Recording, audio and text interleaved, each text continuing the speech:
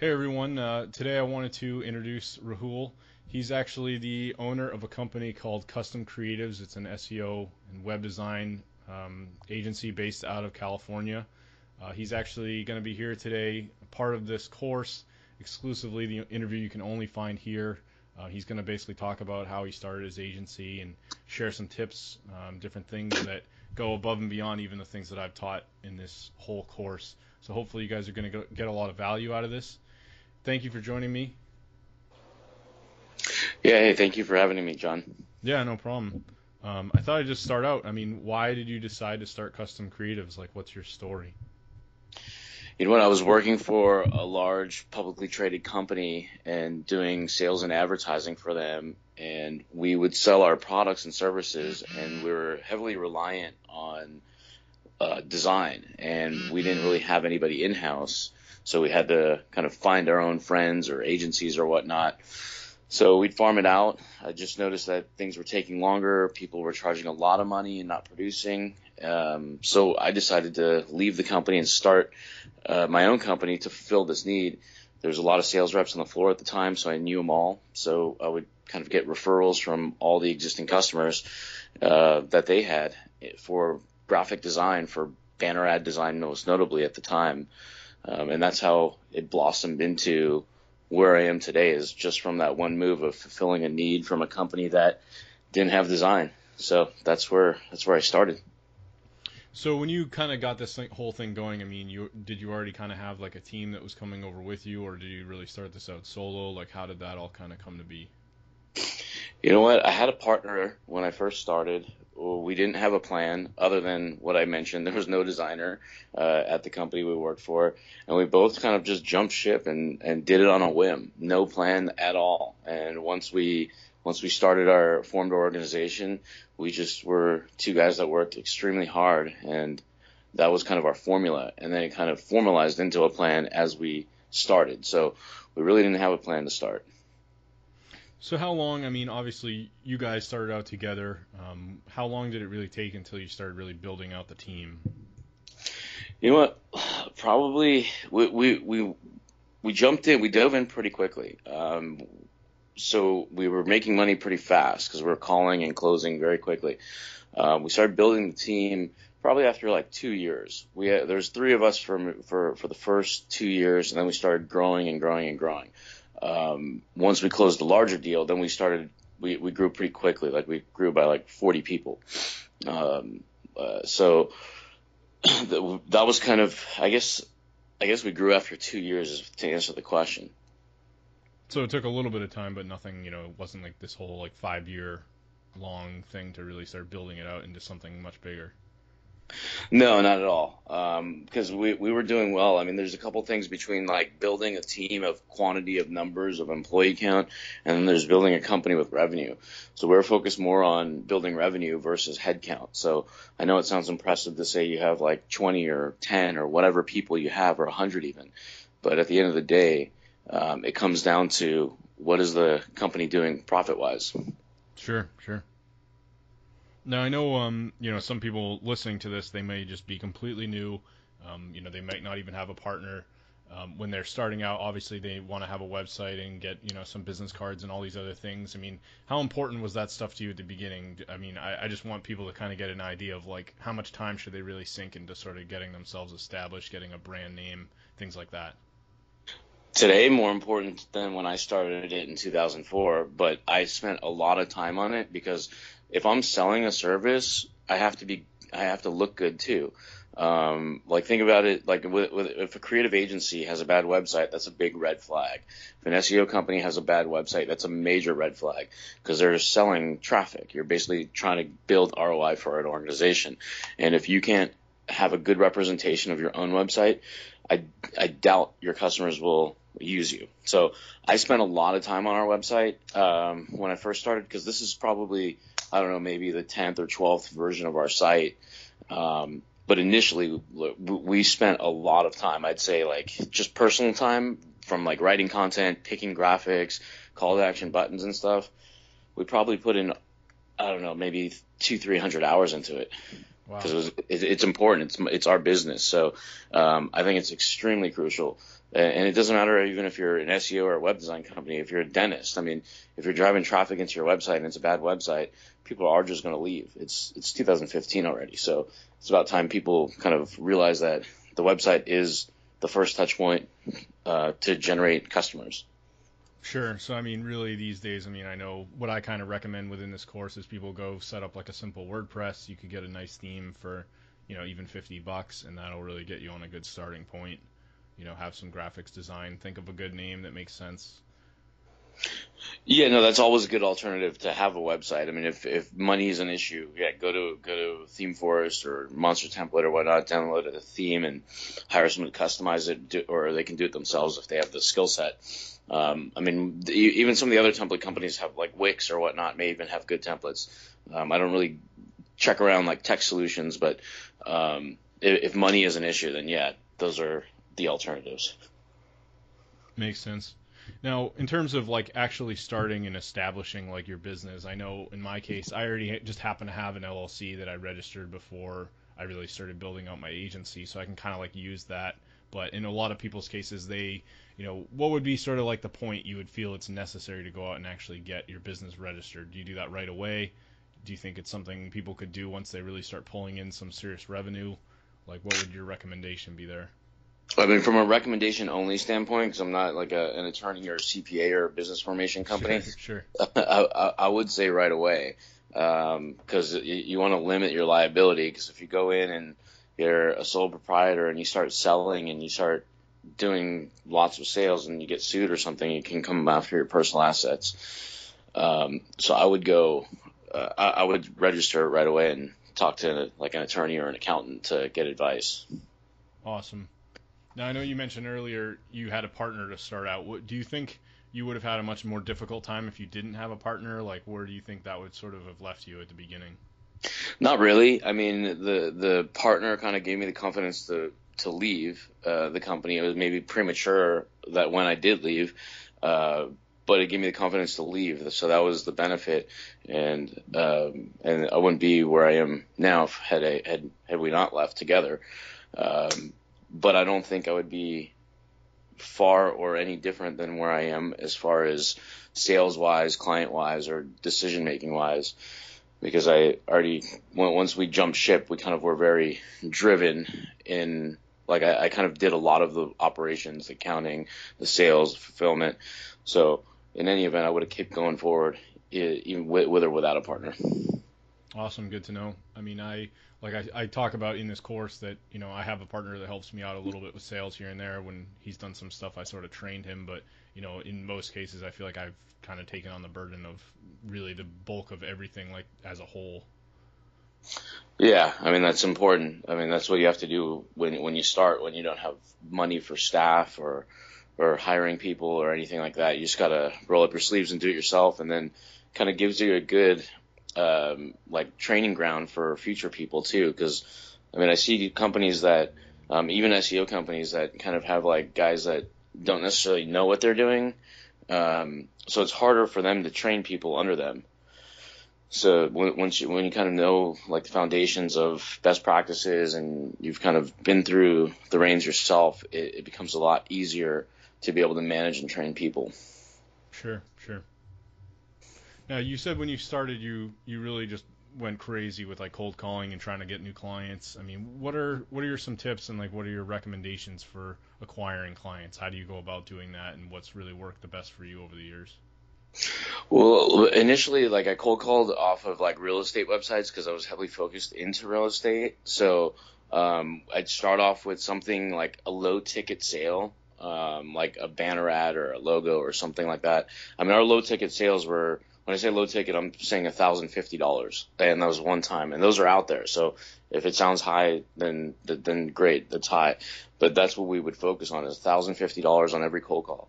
So we knew they had advertising on the internet. We knew they had banner ads because we were clicked on their ad to go to their website, and that's what we call them on. We just say, let us do your ads. We have a promotion running. It's going to be $100 per ad, and you're going to buy 6 of them so we can rotate them and test them, and we're going to also design a logo for you. So It was basically $600 plus 450. That's kind of how we sliced and diced our package, and that's all we sold for a while. And then once customers started like doing repeat orders with us, getting more ads, then they would ask us for other design work. Then they ask us for websites, and they'd ask us for other marketing tips. And that's kind of where it permutated into a graphic studio to a digital marketing agency. Now, what about actually finding like those real estate companies that you started out with? Like, what did you just kind of search around Google at the time, or were you using any tools? Like, how are you really sourcing the companies you go after? Oh, yeah, sorry to answer the question wrong. The way I found it, yeah, go to Google. I wouldn't go like type in real estate agents like Westlake Village or Boston or anything like that. I would just go to a portal like whether it's homes.com or Trulia or realtor.com and things like that. So they have a huge list over there, so you can find all the real estate agents. Makes sense.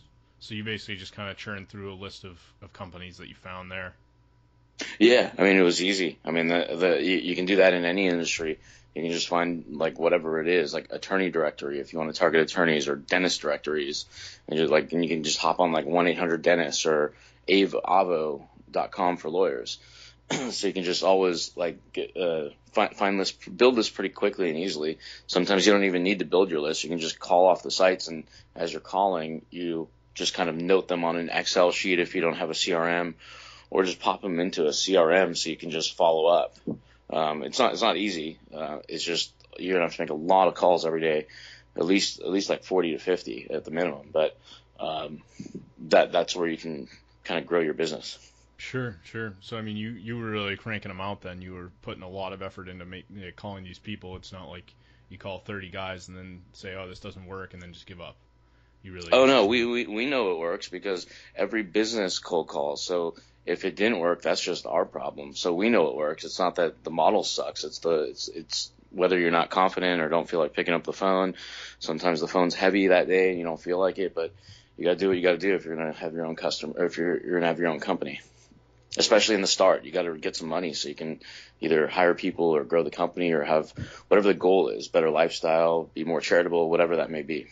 Sure. Now, I know a lot of guys, I hear this all the time, is they say they're just not great on the phone, like they're bad at cold calling, they're not very confident, whatever it is. I mean, what kind of tips might you have for people that have that sort of mentality, or they just feel they're not good at it?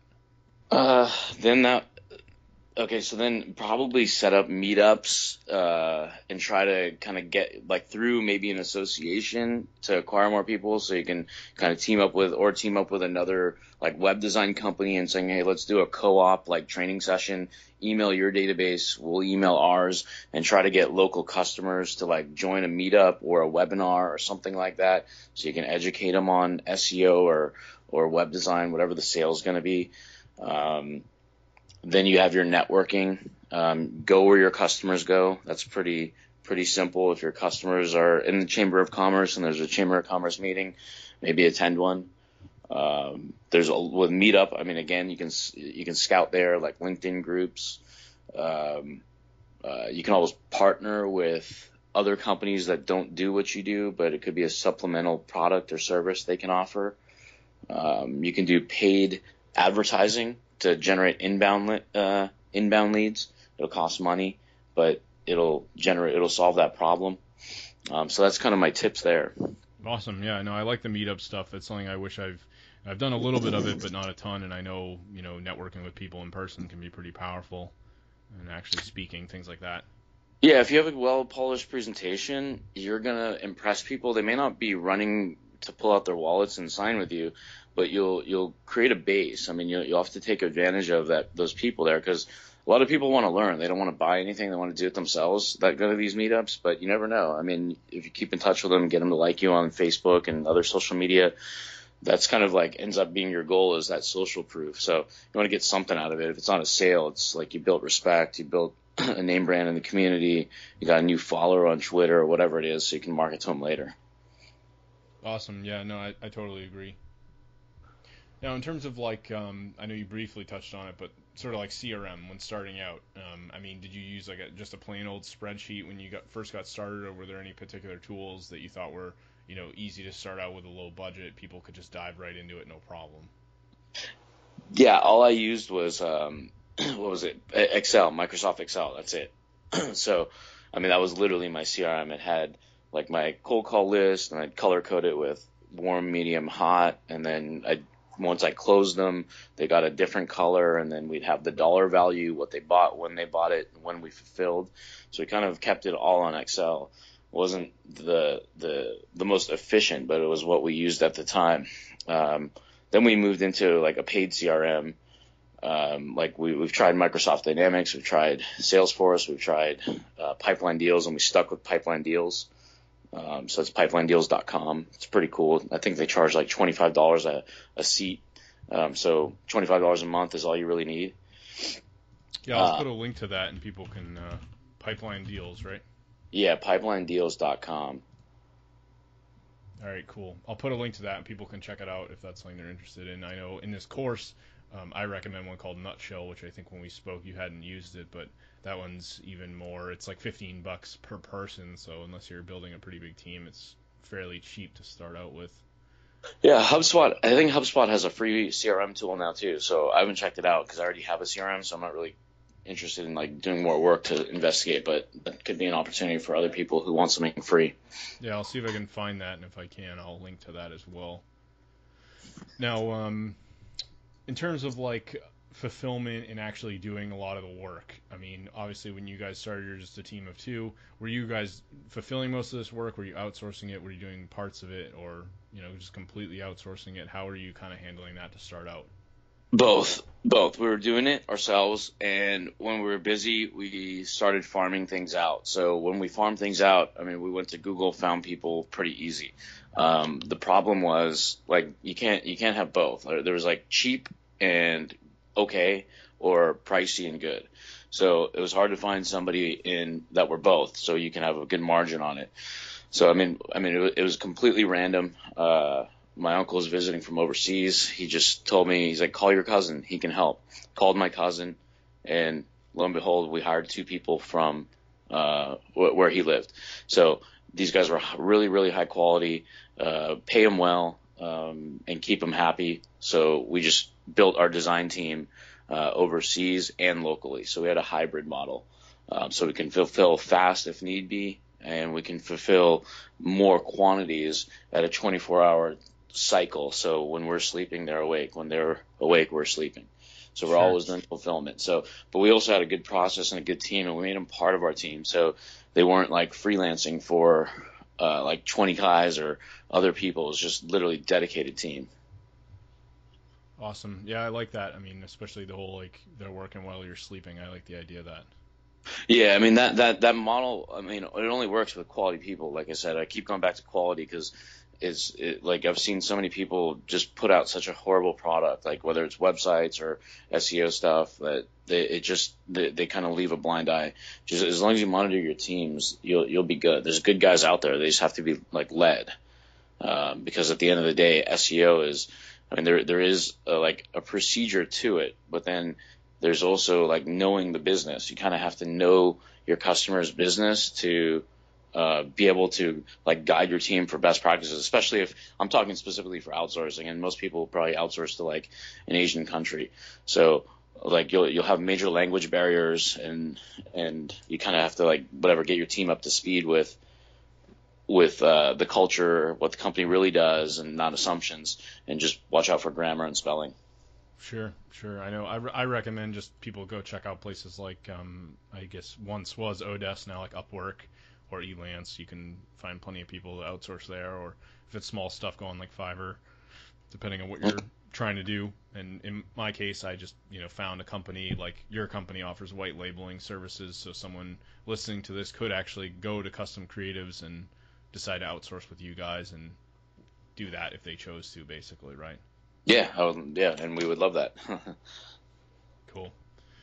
So I know I feel like we kind of touched on this maybe a little, but in terms of like closing sales, like do you have any tips on like how do you put together contracts? Like do you lock people in for a set amount of time? Do you not do contracts? How do you kind of work with some of that stuff? Well, first I'll give them value before I close them, or attempt to. Like, so I'll pull out parts of their website, point things out, look at their Google Plus page, see what they look like on social, see how many reviews they have. So I kind of put together a little mini report, and then I'll present it to them and show them, like, here's what the opportunity is. The next thing is I ask them a simple question. If you're on page 1 of Google, do you think you'd get more customers? I'm going to assume they're going to say yes. So from there, it changes the dynamic of the conversation, because they're going to be more interested, because we just talked about being on page 1. I'm not going to be able to guarantee anything like nobody else can, but it gets them to that point of, we'll listen to this guy, and that's pretty much my goal. The next thing is understanding what is their ROI, because if somebody's spending, if you think they're going to need to spend $1,000 or $2,000 a month, they're going to need to make their money back at some point. So if they're selling like $10 items, maybe a little bit difficult to generate some ROI over the next 3 to 6 months or even year at that price point and that sale point. So if it's like a dentist or an attorney, you know that they have the return on investment there. So knowing that low to high average sale, like let's say a dentist may be low, let's say $200, then the high may be $15,000, but the average may be $3,000. Then when I go into like, what's that $3,000 customer? If that's the average, that's per one visit. Now, what's that lifetime value of that customer? Could it be 10,000? Could it be higher? Could it be lower? Let's just make a best educated guess. So if we brought you one lead, it's not worth the $3,000. It's actually worth the higher number, the lifetime value for the year. So I try to get to that number if I can. If I can't, then I stick to what's the average sale, and then I know the investment will be worth it. So if somebody says their average sale is going to be $5,000, then I know that spending $5,000 in a month isn't going to be that huge of a deal to them. Now it's just convincing them. It's a matter of like telling them to invest into their business, because this is going to be the best like return on investment they're going to get. And we can track everything. So we're confident in our service. So that's why we kind of present it in such a manner. And that's kind of my tip, is basically ask a couple questions. Do you think you'd be, if you were on page 1 of Google, do you think you'd get more customers? And then get to that number of what's the ROI per client. Right. I mean, every business obviously is going to be different. I know years ago I actually helped this company sell like just a simple lead gen site that the company was in, like it was like a wood fence niche. And in that case, for someone to go have something like that installed, those are worth, thousands of dollars for even just one client. So kind of could drastically change, whereas you compare it to someone who's doing a smaller job, like, a simple, like painting a room or something. Right. I mean, even painters, I mean, those guys, like, those guys have some good dollars to be made. I mean, after their paint costs, of course. But I mean, a small office is like a $2,500 job. So any market has the return on investment. It's just picking the market that you can penetrate and build a business off of. Or, I mean, if you're going to go no industry, then you can always go no industry. But if you go niche, you kind of learn like the nuances and the terminology of a niche when you're selling. So like whether it's attorneys, you can talk about, I don't know, like if it's personal injury, you can talk about catastrophic accidents versus soft tissue. And so you kind of pick up those things, and then the attorneys are impressed that you're educated in their space. So Sure, makes sense. Now, what about invoicing clients? I know for some people starting out, it might be as simple as just send them a PayPal invoice, but ultimately, like, where does that come in? When you start actually bringing the clients, like, how have you been able to automate some of that stuff? Automatic recurring billing. So PayPal does offer automatic recurring billing. We use a merchant account. We have through Bank of America, or any bank should be able to offer it. I mean, there's plenty of credit card processors out there, but I did everything always on credit cards. So it just makes it easier. I didn't ever really accept checks. I didn't want checks. If they had no other method of paying, then we'd take it. But it makes it easier because I know that you pay a fee like 3% or whatnot, but you don't have to deal with phone calls, follow-ups, letters, or what collections or cancellations. Credit card just automatically hits, and when it declines, that's when you call your customer. So that's why we bill in advance. We always bill 1 month in advance. So if someone signed today, they'd pay now, and then on this day the next month, and then the same thing the next month. So it just recurs. But leading into contracts, I haven't signed a contract. Our contract was 12 months. Now we brought it down to 6 months, and we automatically renew it month to month. And we have a 30-day cancellation policy after it goes month to month. So customer has to stick with us for a minimum 6 months. The reason being is SEO is not pay-per-click. It's not immediate. It takes time. It takes effort. It's almost like going to a gym. If you want to get in shape, you have to be consistent, and you have to do the right things to your body, to your diet, to everything, so it all works. So SEO is kind of similar, where it just takes time, and that's all we need. Makes perfect sense. So that answers the question about the contracts. You do 6 months minimum. Yeah, 6 months minimum. Great. So I'm trying to think of some other stuff here. I feel like I've covered a lot of bulk of what I've put into the course, like similar topics. Consistency, I think, was like a big one. A lot of people, they might be listening to this course, they bought it, they could have bought, God knows how many other courses, or they've been through other products. I mean, what would be a good reason for someone to basically get into building an SEO agency, a web design company, whatever it is they decide to do, and how long should they really focus on it, to really start seeing results? Like, what would you kind of give as a time frame people should really put how much time into it before they would say, well, this isn't for me, or maybe they decide it's not for them? Like, what would be kind of a good baseline, I guess you could say? I think you'd have a good idea after 3 months. I mean, if you have customers, I mean, typically, like, what makes people shy away from things is if they're not successful at it or don't make enough money. So, I mean, price it right. What makes you the money you're satisfied with, so you want to continue with it. But I would say 90 days. Just like when we hire a salesperson, we give them 90 days, just because we know they need to build a pipeline. It's hard to close all the time. It's a congested marketplace. People make decisions at various times, so decision-making processes for your customers take longer too. So I would give it 90 days at least before if you don't get really any confidence in yourself, or you're not closing any deals, then it may not be the best service out there. Sure. Now, I feel like I've covered quite a bit. I did want to ask you as well, kind of a final thing that I thought of. What are some of like the SEO tools that you recommend that you've used over the years?